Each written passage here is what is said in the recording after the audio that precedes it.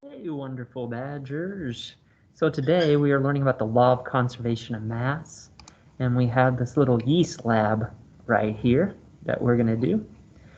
And so our purpose is, students, you will examine how the physical and chemical properties of substances change during a reaction, and you're going to justify that a chemical reaction has taken place, and you will also prove the law of conservation of mass. So the materials we're going to have are yeast, hydrogen peroxide, plastic baggie, graduated cylinder, and digital scale, which you will see in just a moment. And so I will walk you through each of these steps. So first thing, let's look at this. So we got our plastic baggie, we got our electric scale, we got our yeast, and we have our hydrogen peroxide. So the first thing we're going to do is look at what yeast looks like. So physical properties of yeast. We'll get 3 grams. Okay. So our physical properties of yeast, if you look at it, it's brown, it's a solid, and they look like little granules. So those are physical properties. The second thing we're going to look at is the physical properties of hydrogen peroxide.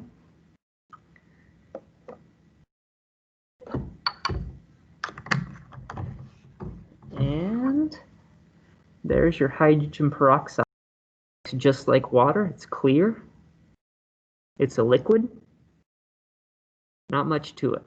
So now what we're going to do is we're going to get the mass of some things. So we got the mass of the baggie is 3 grams. And then we need, it says 20 grams, but I don't have that much yeast.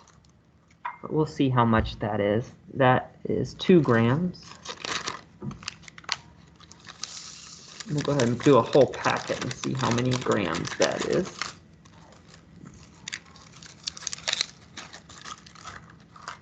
So it's looking like we're sitting at about 7 grams. So 7 grams of yeast.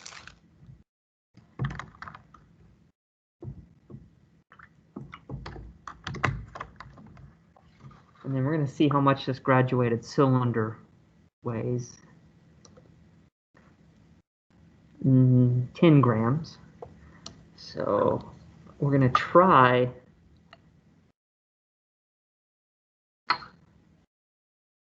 three. Let's see. Yeah, so 1 gram should equal a milliliter. So we're going to try to do an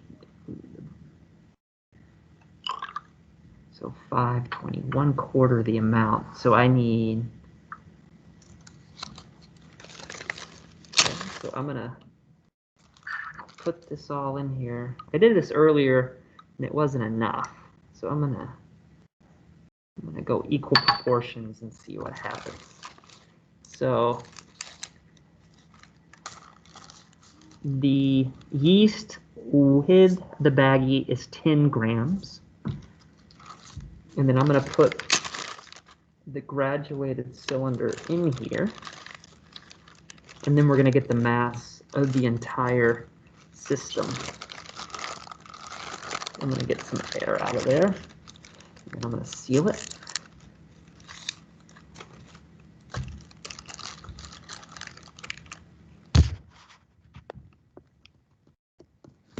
So now we're looking at the whole system is 31 grams.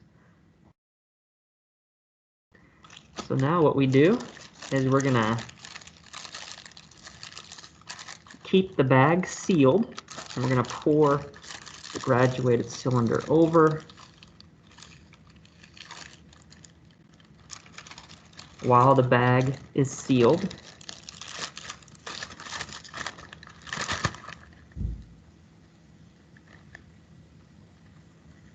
And you'll notice some bubbling and fizzing going on. And when I feel it, it's also very warm. I'm seeing bubbling, fizzing, and it's getting quite warm. This is a good one you can do at home also. So if you remember, we had 31 grams to start. I'm going to wait until it stops bubbling and fizzing. Looks like it's about done with the reaction, so now we're looking at after the reaction. And guess what the scale says? 31 grams. So we had 31 grams before the reaction and 31 grams after the reaction. So what's going on here? Well, quite a bit is going on. So let's come back to our screen here. So our physical properties of hydrogen peroxide was a clear liquid. Physical properties of yeast was brown solid granules. The starting mass of the plastic bag was 3 grams. Starting mass of yeast was 7 grams. Starting mass of hydrogen peroxide with the cylinder, I don't remember, I'm going to say 10 grams. And then starting mass of the entire setup, that I do remember, that was 31 grams. Let's see, I don't add up. Starting mass yeast. Oh, that's because I did. Oh yeah, it's 20. Pretty close. I think I did 8 grams. So 3, 8, and 20, it should all add up to 31.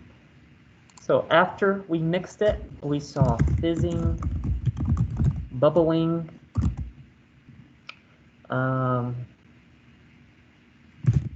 warmer.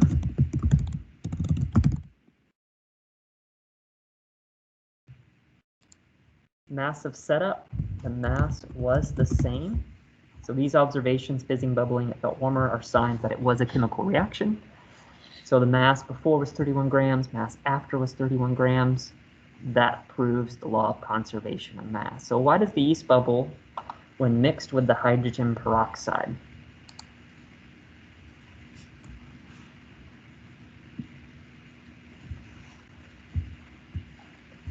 Number 2, what are some ways you can tell if a chemical change has occurred in this reaction?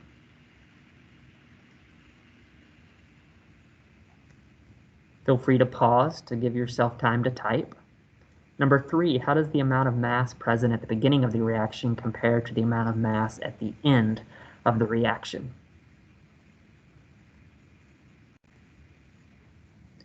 And then what you're going to do now is you're going to write your claim, evidence, reasoning. Make sure you're using, for your claim, you're completely answering this question. For your evidence, you're using your numeric data up here, especially your starting mass, and then your ending mass after the reaction. And then on your reasoning, you're going to talk about the law of conservation of mass. You're going to define it. For the claim, answer the above question. So you would say the amount of matter changed by, or you could say the amount of matter did or did not change in the above chemical reaction. So you pick one of those. Pick which one. For the evidence, use your starting and ending mass numbers. Write in complete sentences with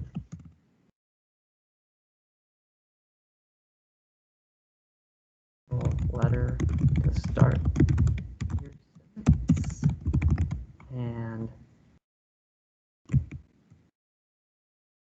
period to sentence. That goes the same with the above. And for reasoning, you're going to define the law of conservation of mass, and then you're also going to explain what it means reference to the reaction we did. And then you're going to take that and you'll copy it, Control C, and then you will go back. You'll go to the next page, and then there's going to be a discussion here, and you're going to hit reply, and you're going to paste it. And once you paste it, you're going to hit post reply, and then you're going to go through and read other people's responses and comment on correctness. So if they did it right, you know, give them a thumbs up, tell them that you like it. And if you see something incorrect, then politely say, hey, I think you meant that the law of conservation of mass says that this, and you explain it to them. So that is what we're doing today. We are verifying the law of conservation of mass, and we're proving how the mass should stay the same before and after a chemical reaction.